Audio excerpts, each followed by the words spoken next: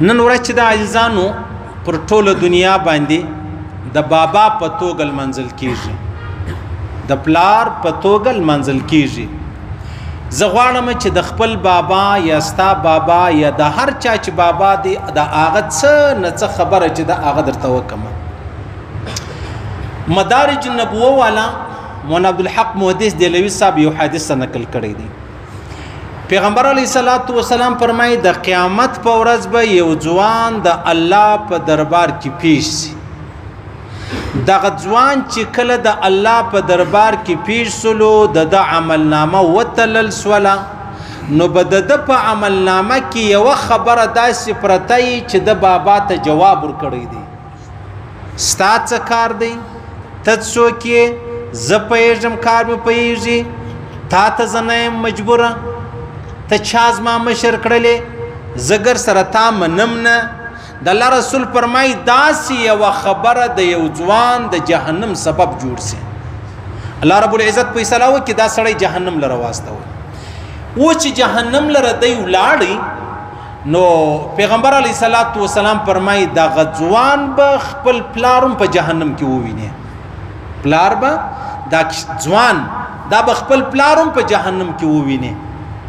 نو بیا دغه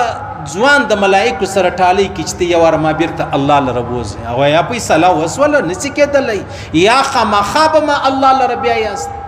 خو خیر الله رب العزت په ټولو خبرو خبر دی، ټولې ویني. دی به بیرته راوغواړي، ورته ووایي خیر وی الله تا خو زه د بابا په خاطر جهنم له واستولم. هغه وی و څه وایې؟ وی الله زه چې جهنم لره ورغلم زما بابا هم په جهنم کې دی. او ستا بابا به په خپلو ګناهو جهنم لره تللی دی. اوس ته څه ویل غواړې؟ دا ځوان به الله ته ووایي چې یا الله زما سره دا یو احسان وکړه، یو خیر را سره وکړه، ښه را سره وکړه، زما د بابا عذاب پر ما کښېږده، زما بابا د جهنم سره خلاص کړه. زه خو هغې روان یم جهنم لره، زما د پلار عذاب سزا و ما ته راکړه او زما بابا د جهنم څخه چې دی هغه راوباسه. پیغمبر علیه الصلاۃ والسلام فرمایي د دې ځوان دا خبره و الله ته دومره خوند ورکي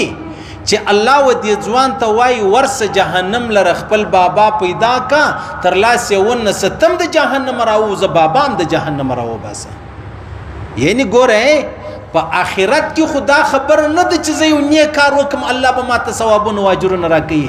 دا دنیا چې کومه ده دا د کرلو ځای دی، آخرت چې دی هغه د ریبلو ځای دی.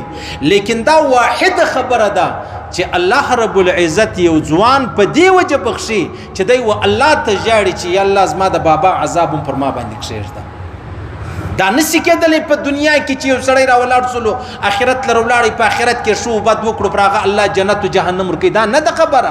شو بد به پر دنیا کې، جنت و جهنم چې دی هغه پر آخرت باندې ملاویږي. لیکن دلته پیغمبر علیه الصلاۃ والسلام فرمایي یو زوی چې بابا یې ناراضه کړی دی، بیا الله رب العزت دا زوی جهنم لره د بابا د وجې واستوي او دی چې ورغلی بابا وویني و الله ته وژاړي چې یا الله زما د بابا سزا و ما ته راکړه. الله رب العزت ته دا خبره دومره خوند ورکي چې الله رب العزت ودته وایي تم د جهنم راووځه، دا ستا بابا هم د جهنم راوباسه.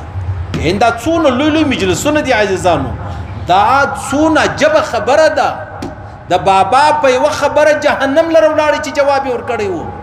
او پر یوه خبره چې د په زړه کې اراده وکړه پر هغه بیا الله رب العزت دی هم د جهنم خلاص کوي او د بابا هم د جهنم څخه خلاص کوي. دا ډېر غټه خبره ده. دا چې څوک مور پلار نه لري د هغو څه پوښتنه وکړي. که تاسو د قدر پوښتنه کوئ،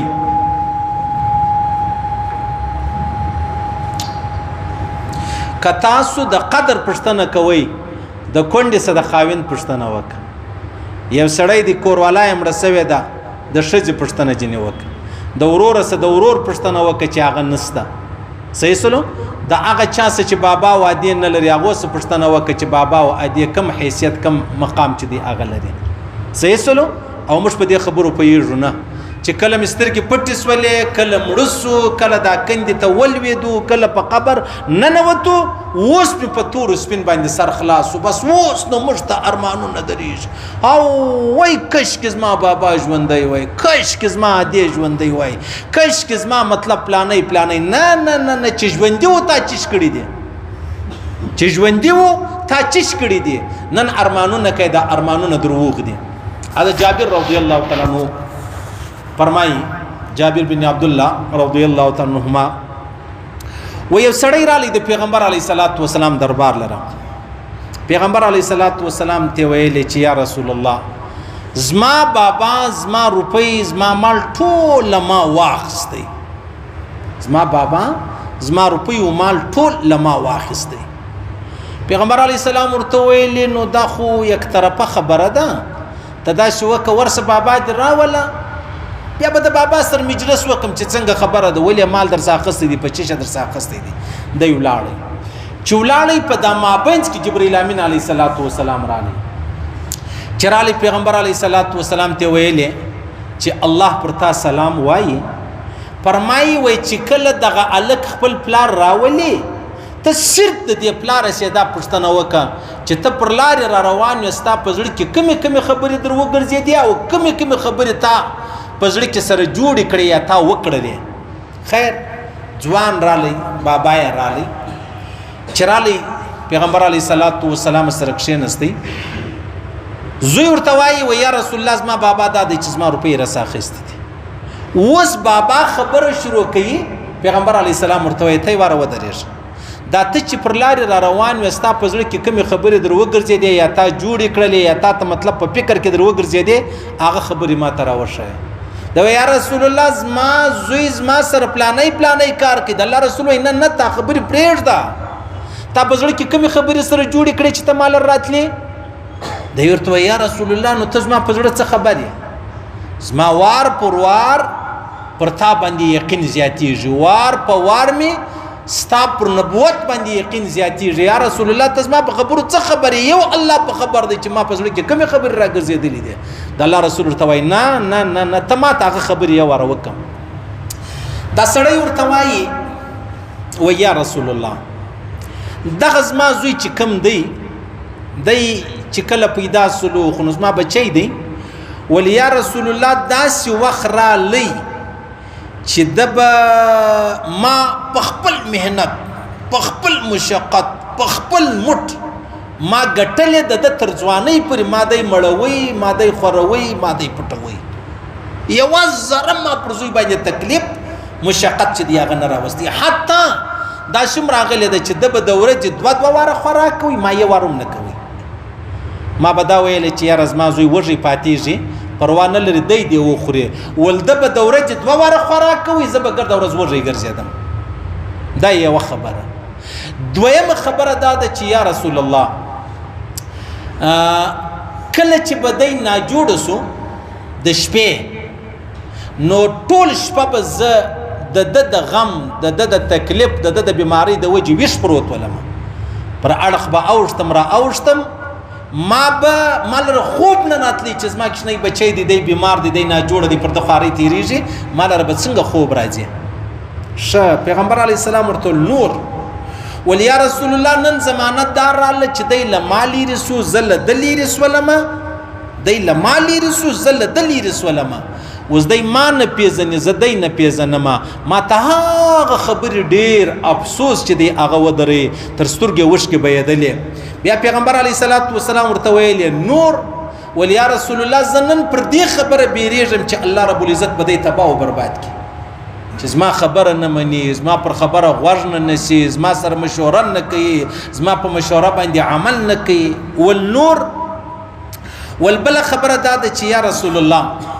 زه اوس سپینږیری سوم زما دا کښنۍ ما په ډېر ناز لویوئ حتی چې ما به دا ارمانونه درلود زما به زوی دا به لوی سي دا به ځوان سي دا به په ژر رسي زه به کوزده ور وکړمه زه به واده ور وکړمه زما د لاس به لکړی زما به خدمت کوي شپه و ورځ. نن یا رسول الله دی و ما ته وایي چې ته زما په پیسو څه کار لرې تا څه کار دی چې زما روپۍ لره لاس وروړې. نن دغه ورځ راله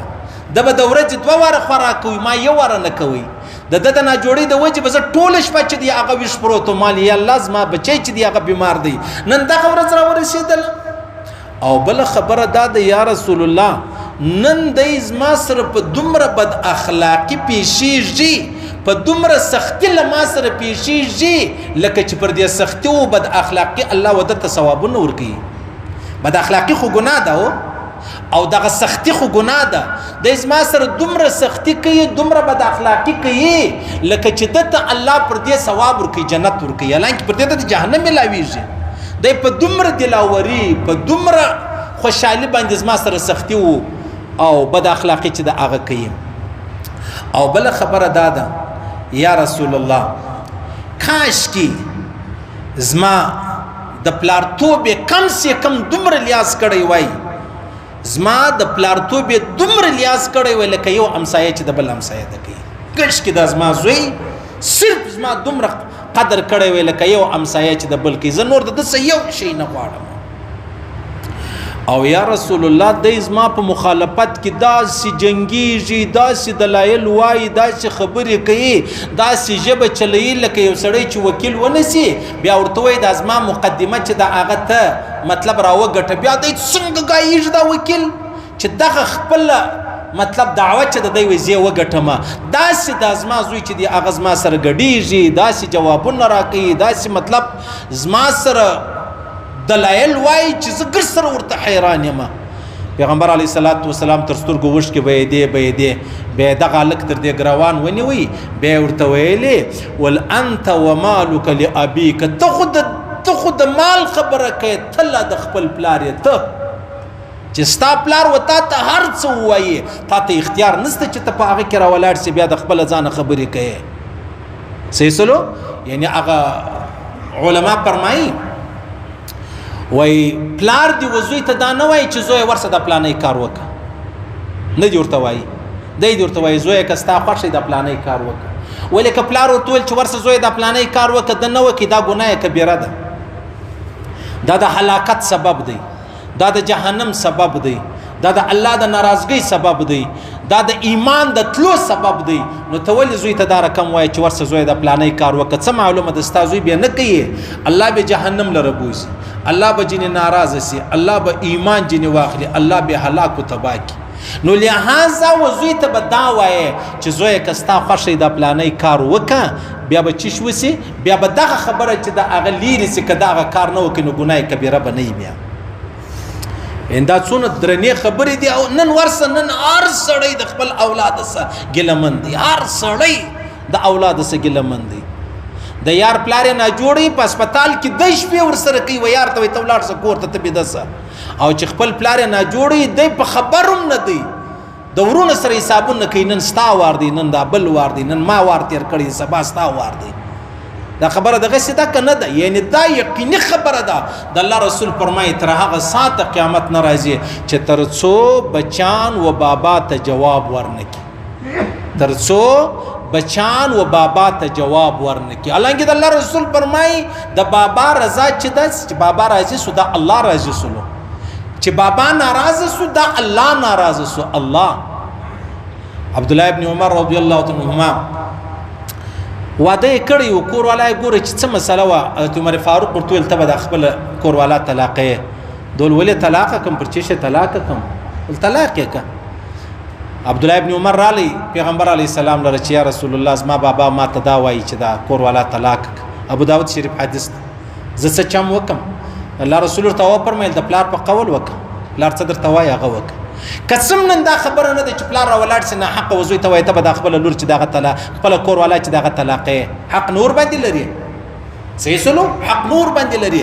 لیکن په دې ځای کې حضرت عمر فاروق چې دی هغه یو خبره پکې لیدلې وه چې هغه د طلاق وړ خبره وکړي حضرت عمر فاروق ظلم کوي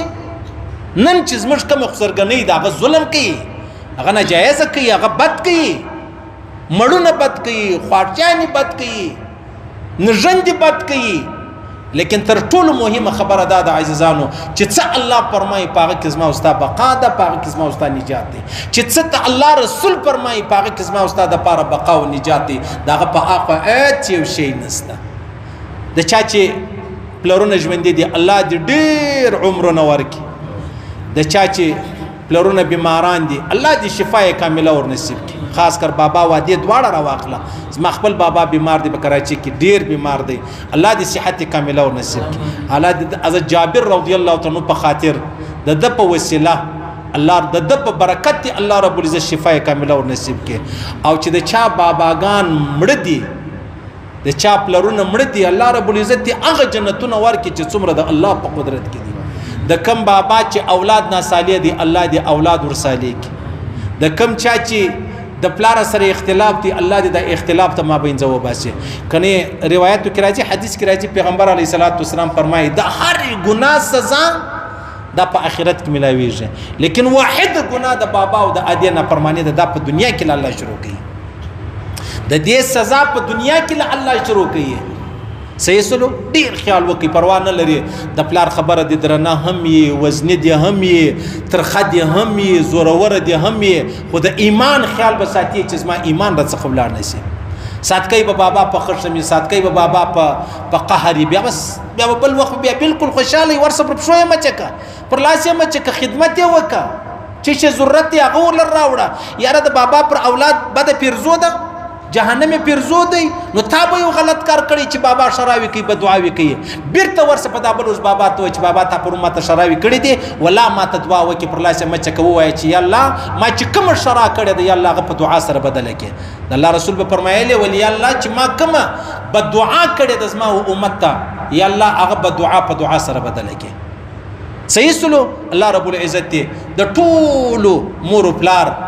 احسان دی الله ور سره وکي د ټولو مسلمانانو چې کم اولاد ناصالح دي الله دې هدایت ورته وکړي او کم په مابینس کې اختلاف دي اختلافونه دي الله لري کې او کم څوک بے قدری کوي الله دې بے قدری وساتي او څوک نا قدری کوي الله رب العزت دا نا قدری د دې سواخلي الله رب العزت بے قدری نو ور نصیب کوي. الله دې هر چاته د خپل بابا او د ادي قدر چې دی هغه ور نصیب کړي د بابا او د ادي قدر چې دی هغه انسان جنت لره بیا یې دا تبرانی او حدیث ما وتی ته وایي عزیزان دا خبره ختم شوه.